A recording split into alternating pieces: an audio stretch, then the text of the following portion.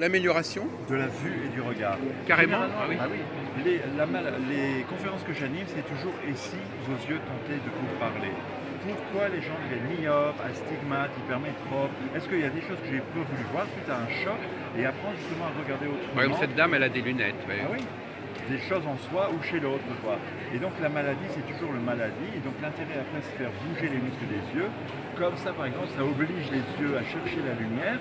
Ça fait ce qu'on appelle de l'orthopsie. Il y a ce qu'on appelle aussi Voilà. le MDR. Non, le MDR, c'est beaucoup plus utilisé pour relâcher les émotions d'autres niveaux. Là, pour moi, c'est vraiment mécaniquement pour tonifier les muscles des yeux. Parce qu'en fait, quand les gens mettent des lunettes, les yeux travaillent plus assez. Et le docteur Bates, dont je parle souvent, il voyait que les gens qui ont des lunettes, les yeux travaillent que de 2 à 7 fois par seconde, très peu.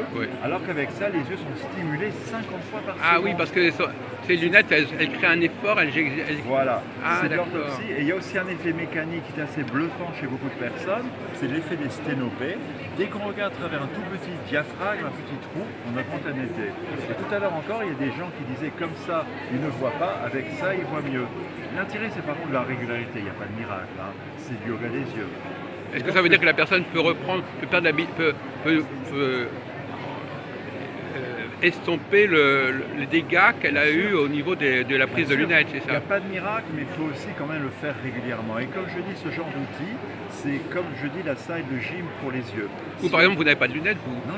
Voilà. Mais si on va à la salle de gym pendant 3 heures, on est fatigué, il y a peu de résultats. Voilà. Si on n'y va que un quart d'heure, mais tous les jours, régulièrement, là, il y en a. Donc évidemment, ce genre de grille, c'est super, mais il faut les mettre régulièrement.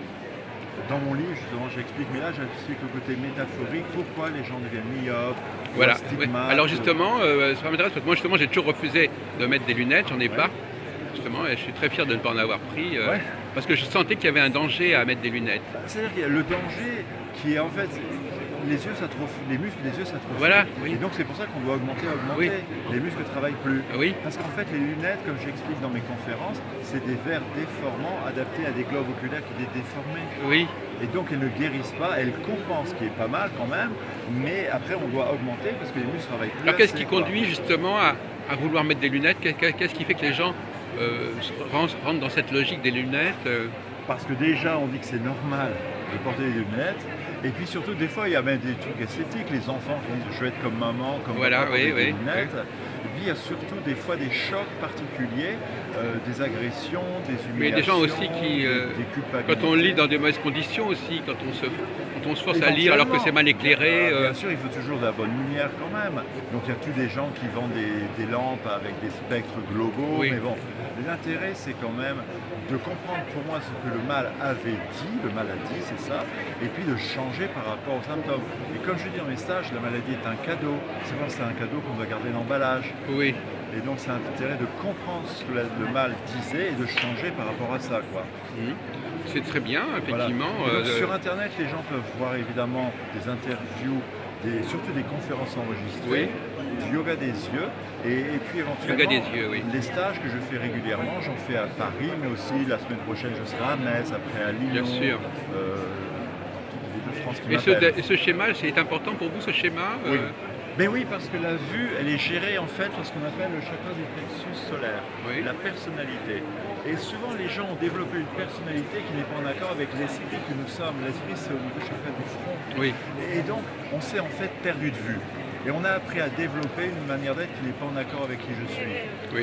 Et donc, le symptôme est justement qu'un symptôme par rapport à ça, quoi. Donc l'intérêt, c'est l'ayant compris, changer. Très bien. Et donc ce livre, il est consacré à toute cette question? Alors, il y a quand même autre chose que ça. Le livre Mieux voir, mieux vivre reprend vraiment toute l'histoire, tout mon stage par écrit.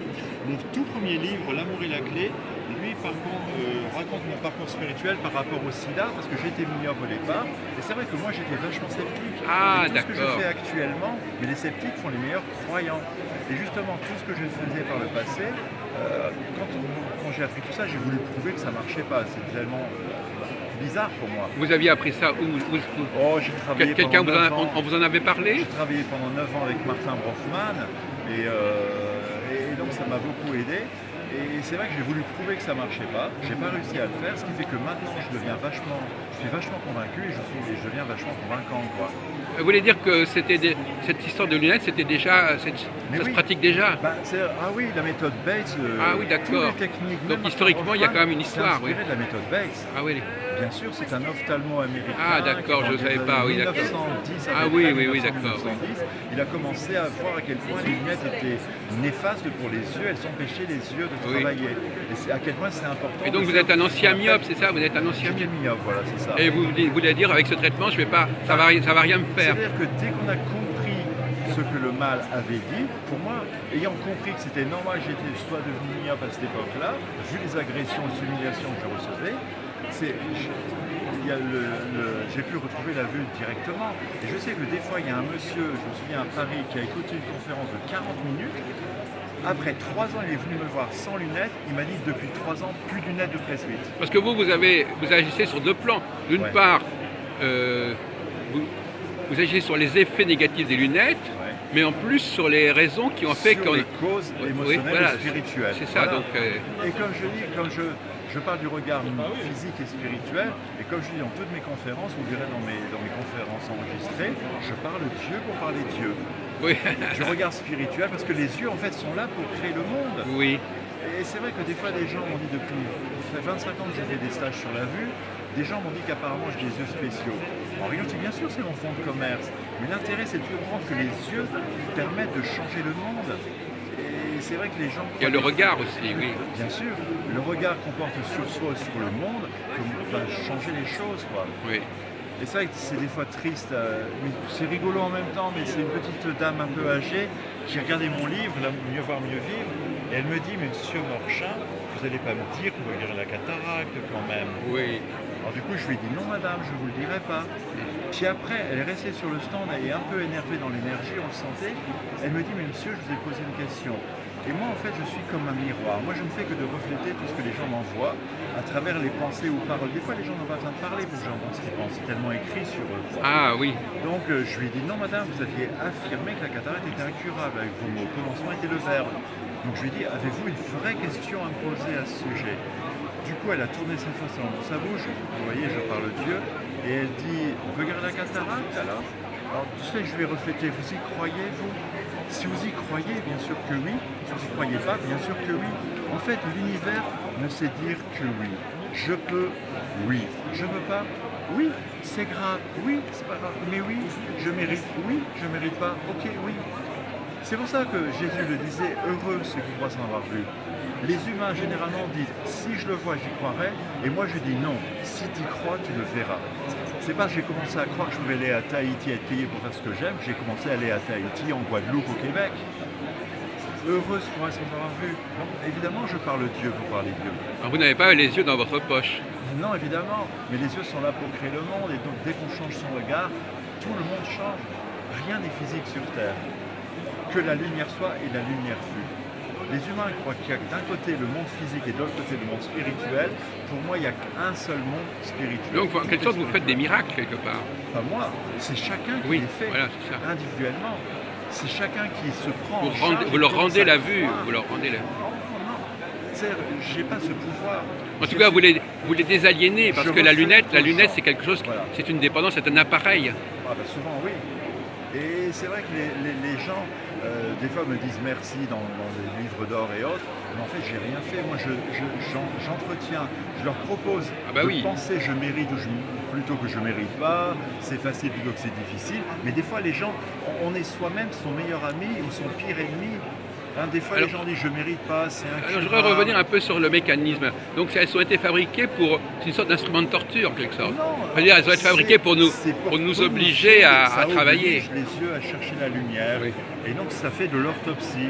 Et en fait, on peut très bien... C'est vrai, sans acheter des lunettes, les gens peuvent très bien, comme la méthode Bates, faire du yoga des yeux. Ce que j'explique dans mon livre et dans mon CD, les gens peuvent faire du yoga des yeux et commencer à faire bouger leurs yeux dans toutes les directions pour tonifier des muscles qui étaient un peu mous. Sans les lunettes, vous voulez dire? Sans lunettes. Ah oui, c'est ça, oui. Bien sûr. Là, ça permet de le faire de manière passive. C'est pour ça que les gens peuvent le mettre en faisant la vaisselle, on est dans le jardin. On n'est pas obligé de lire. Par contre, il y a des gens qui, honnêtement, ils trouvent que c'est vraiment agréable pour l'ordinateur ou la télévision, parce que quand c'est lumineux, ça va. Ah oui. Mais s'il n'y a pas assez de lumière, c'est pas satisfaisant.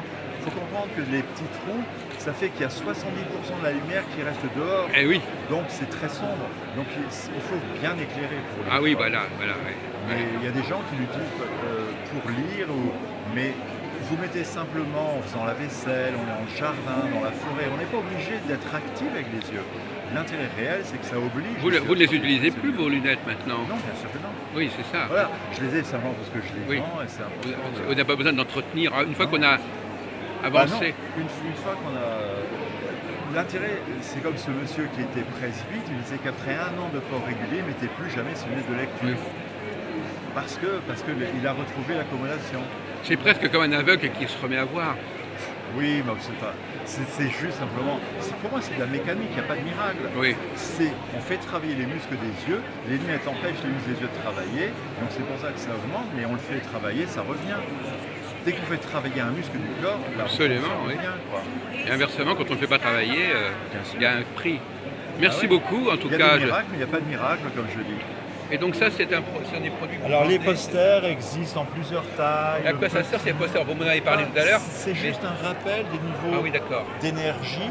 Et lorsque les chakras représentent des niveaux de conscience, et lorsque le corps est atteint, c'est qu'il y a une partie de la conscience, et on a peut-être eu des peurs, on a senti qu'on ne se fait pas aimer, qu'on manque de pouvoir, qu'on n'est pas vu pour ce que l'on sait être.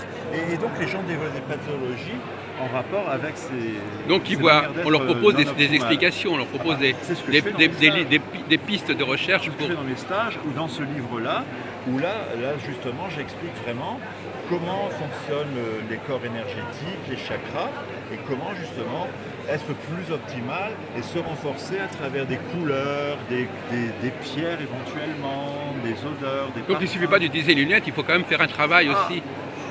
Bien sûr, les lunettes c'est complémentaire, ça aide beaucoup, voilà. Mais quelque part, malheureusement, les gens qui ont fait du yoga des yeux, ça peut marcher très bien, mais les gens qui ne font que du yoga des yeux, ça peut tendance à avoir récidivé. Ah oui, d'accord. Alors donc pour ça que moi j'aime bien... Il faut travailler sur les causes, pas sur les symptômes. Sur les effets c'est bien, mais travailler aussi sur la cause. Et là c'est sans feu. D'accord. Voilà. Écoutez, je vous laisse travailler avec puisqu'on est au stand dans ce dernier jour. Merci beaucoup de votre accueil. À bientôt.